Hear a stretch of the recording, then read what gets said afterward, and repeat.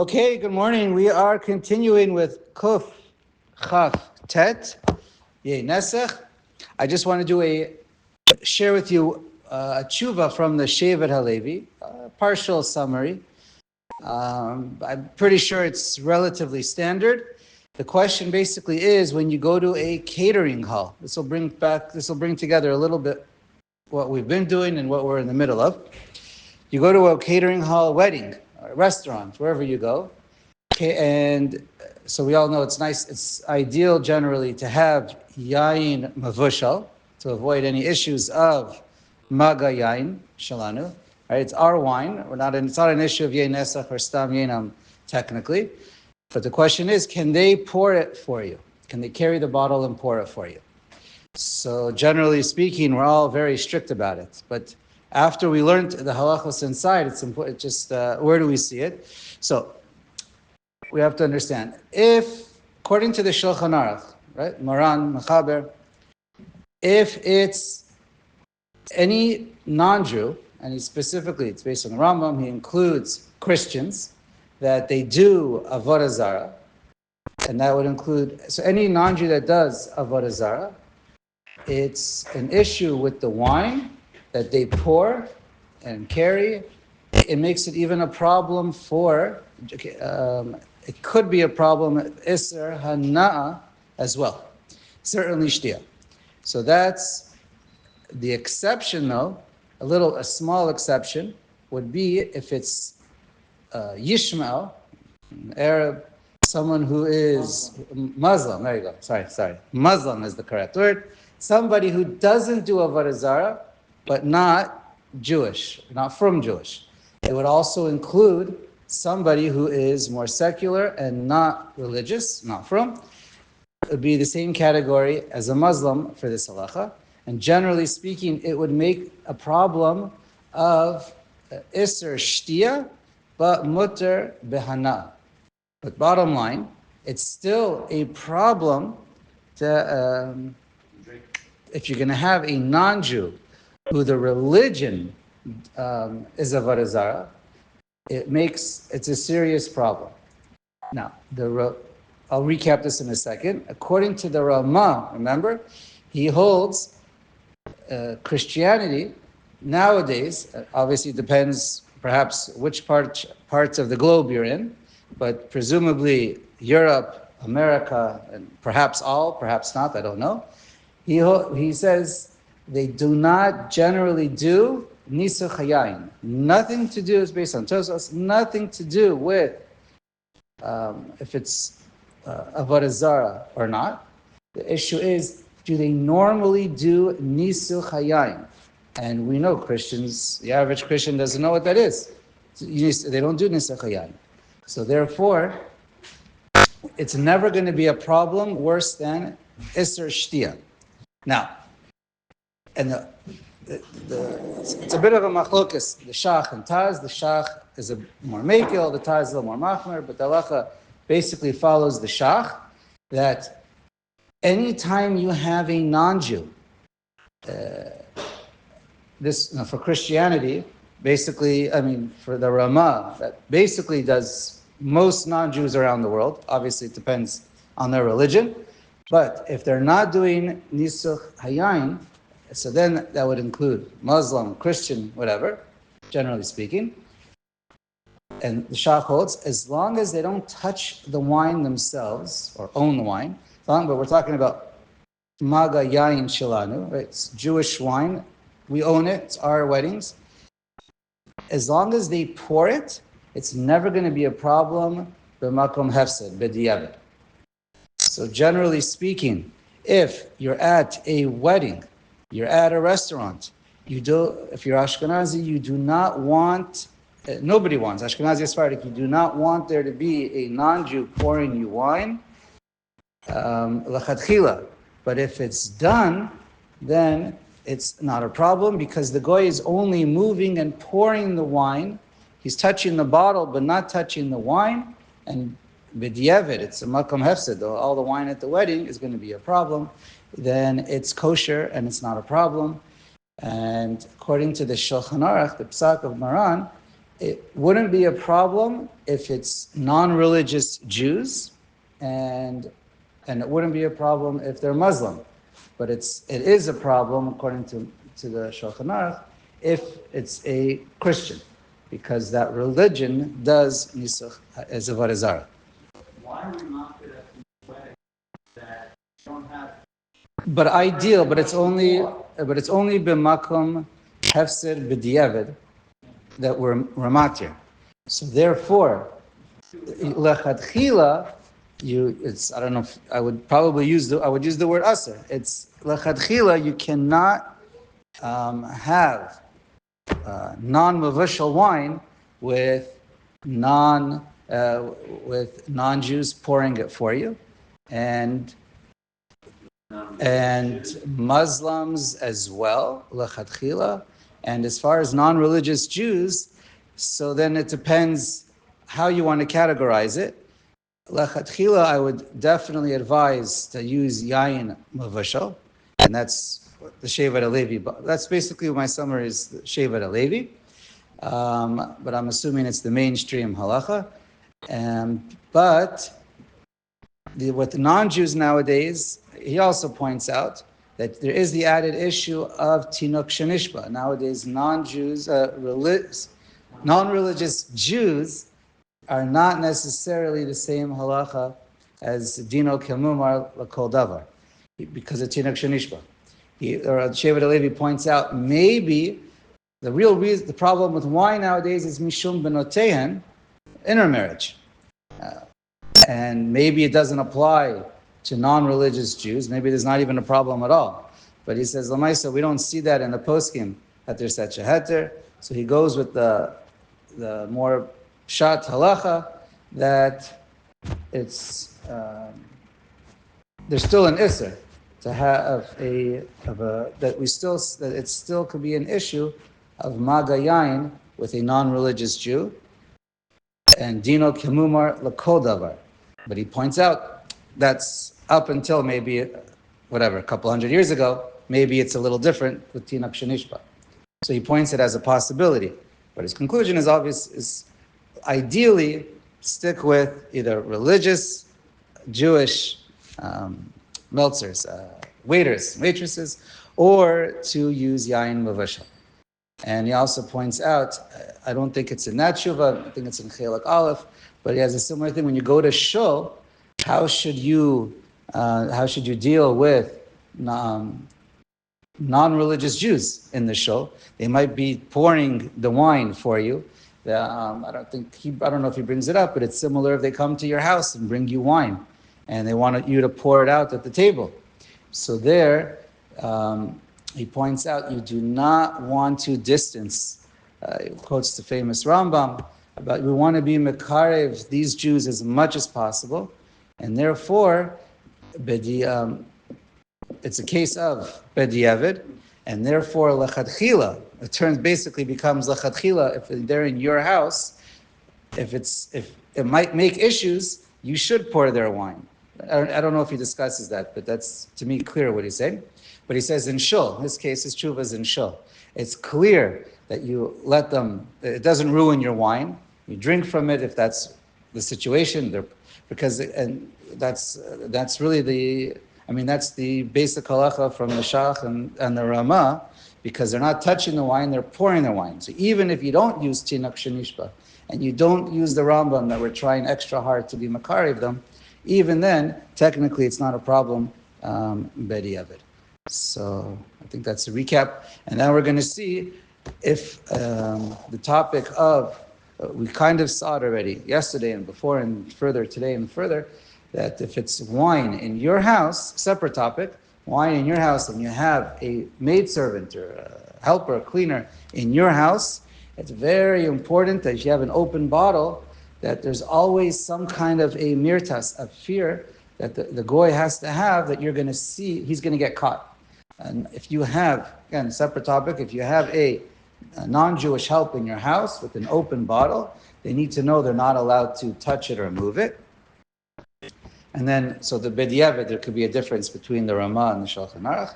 For lechatchila, you're not allowed to let them touch it, move it, and there has to be a Yotzei v'nichnas, or a mirtas, a camera. You have to tell them, even if you go out, you have to tell them you or someone in your family is going to could stop by at any time, so that they know not to move it or touch it, and then it's not a problem. But if they know you're not coming and you're telling them you're going away for the day and you're not coming back, then it's a real problem, especially according to the Shulchan Aruch. Okay. It's not just pouring, it should be Moving, transporting, Oh, correct. okay. Right. But because they're not actually touching the wine, and I don't think there's a chashash they're drinking straight from the bottle. Maybe there is, but I'm not sure about that. So then the issue is, according to if it's, like we said, a Christian, or it's a bigger kula for the Ramah, and of course if it be Muslim or non-religious Jew, then it'd be a more makel, of course, even according to the Shulchan Aruch. What's the definition of an open bottle? When it's open to the air, or the seal is broken? So a seal is broken. The cap is on, it's still considered A cap that, yeah, because it just twists. You you put a little plastic cover, you just stick in your cork a little bit, you just twist on the cup. That's for sure 100% open. I don't know, maybe we'll discuss later. But if you put the cork completely back in, if the cork is completely back in. But if it's just halfway in, then that's for sure not a chosam even one. You have a citation from the Sheikh Village? Oh, I didn't say where. So there's a tshuva in Aleph, Chelik Aleph. I don't remember where. There is, but the tshuva that I was mostly quoting from was from Chelik Bet, Siman Nun Gimel. I believe it's Nun Gimel. Okay, it might be Nun Bet. Pretty sure it's Nun Gimel. Okay. But I think the one about the Beit Knesset is in Aleph. Okay. Siman Kuf Chav Tet. Sorry. Dina Meniach Yain Biyad Goy V'Yisrael Yotzei V'Nichnas. So that's today's topic. Okay. And most of the next 20 seifim are variations of the same halacha, which we basically covered. Okay. Let's see it inside. Aleph. You have a non-Jew in your store. V'yatza oshahaya lo yain basfina. Okay, and then you left. Or you had wine in your boat, your ship. O bekaron, your wagon, your truck. V'hinicho im hanochri. And you left the wine in this place with the non-Jew. V'halacha lebeita knesset lebeita merchatz. Or then now you go to shul. Or you go to the Beit HaMerchatz, you're going to be there for a while. O shahaya goy ma'avir lo chaviot yain mimakom lamakom v'hinicho lavado. Or you leave him to transport it, to move it around, and but you leave him there alone. Ima yain with wine. So and then you leave. It's mutter. So it's not a problem yet. Again, the assumption when it's mutter is it's yotzei v'nichnas. There's a constant fear that you're going to show up any second. Or at least we're going to see there's a short period of time that he can open it and put it back the way it was and dry it. So it takes a little bit of time. But it's pretty quick. Okay. Lechat haga, lechat chila. Now, that's a din basically b'diavad. Lechat chila lo yaniach adam beveso yain al chometz eitz al goy levad klal. The Ramah says, but lechatchila, you don't want to just leave him completely and rely completely on showing up later. Afilu shahazman, Rav. Chometz from yain, wine vinegar. Wine vinegar, You saw vinegar, you saw it has to bubble if you still on there. Depends. It's a mild form. Yeah, that's okay. It's a type of vinegar that's still fine. Afilu shahazman Rav. Now, even if you leave him for a long time, you're going to this. You leave for a long time. It's still okay. Yoreh b'chol sha'ah ata yavo v'yireni. Again, you can leave for a long time, but the goy can't know that you're leaving for a long time. He has to think you're going to be showing up any second. V'hu shelo noda shesagar hagoy hachanut or shehirchika karon v'asfina binyan she'ein yochol yom mirasa. Now, it could be that when you leave, So let's say you leave for an hour, but the goy thinks you're going to show up any second. And when you leave for an hour, the goy actually locks you out completely, or drives off for an hour, half an hour, and you have no access. As long as you don't know about it, it's actually okay because you think you can go there anytime, and he knows you can show up anytime, so that it's not a problem. Okay, now it helps to have, obviously, to the whole sugya, having cameras is also very helpful to avoid issues. Haga, ואפילו סגר החנות כל זמן שיש שם סדק או חור שיכולים לראות בתוכו, חשוב כפתוח. So it has to be that you can go inside at any time, look at with the camera anytime, or you have a window that you can look through anytime, even if you can't get inside. But you always have vision of the wine, so the goy can't do anything when you're not watching. And so he's afraid he won't do it. And even if it's a little hole, if you can see through that little hole where the wine is, then it's okay. When is this okay? It has to be where you can just show up like a shortcut, or just you can surprise him. It can't be that in order to walk in, you have to go, a bell's going to ring on the outside door, and until you walk through, or he has to buzz you in, or it makes noise when you walk down the hallway. I don't know, the floor creaks every time you walk down, so he has notice. Then that's not okay. It has to be where you can pop open the door and boom, you caught him. So then it goes, right? Right, so he won't see you coming. You can pop in, and then he has the spear, and then he's not going to touch it. Or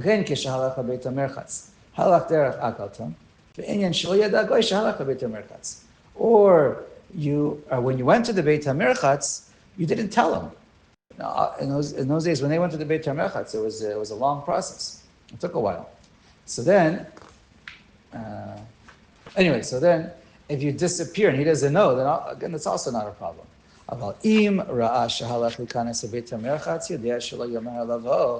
But if it's a case where he knows you're going to the Beit HaMerchatz and no one else is going to show up and you're going to be there for a long time, or you told the goy, watch the chanut for me, watch the wine for me. And that means you're taking off, you're going away for the day, you're going away for the night, you're going away for half a day, but you're gone for a long time. So then, so then he knows that you left from watching the wine or watching him. Or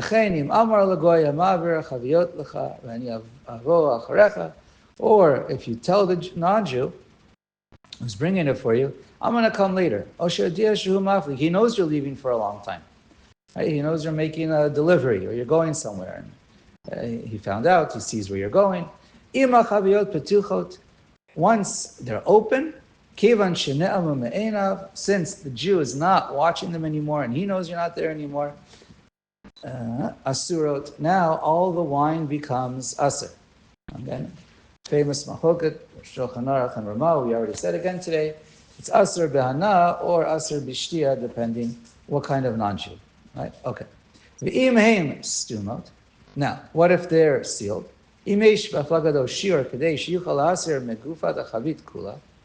Now, if there's enough time for him to remove, you're gone for long enough that he can remove this cover of the barrel that's sealed shut, I don't know, has some kind of glue of some sort, but it's meant to be opened up. Bain shihi shall teeth, bain shihi shall seed, whether this medium, this glue is made out of just some kind of, I don't know, mud, tar, or plaster, lime, and he has enough time to open it, take a drink, do nisa chayayin, return it, the cover, v'tinagiv, and to dry it completely so there's no sign that you were there, asur, then it's asur. Right? And with a cork, even if it's fully in, that's pretty quick. If a brand new cork where there's no hole in there, so I believe that's at least one chosam. But if it already has a hole in there, then it's again a suffix. What? 100 barrels, and he's got enough time to do one. Just one. So then you don't know which one. I believe they're all asur. Not positive. Okay, Haga.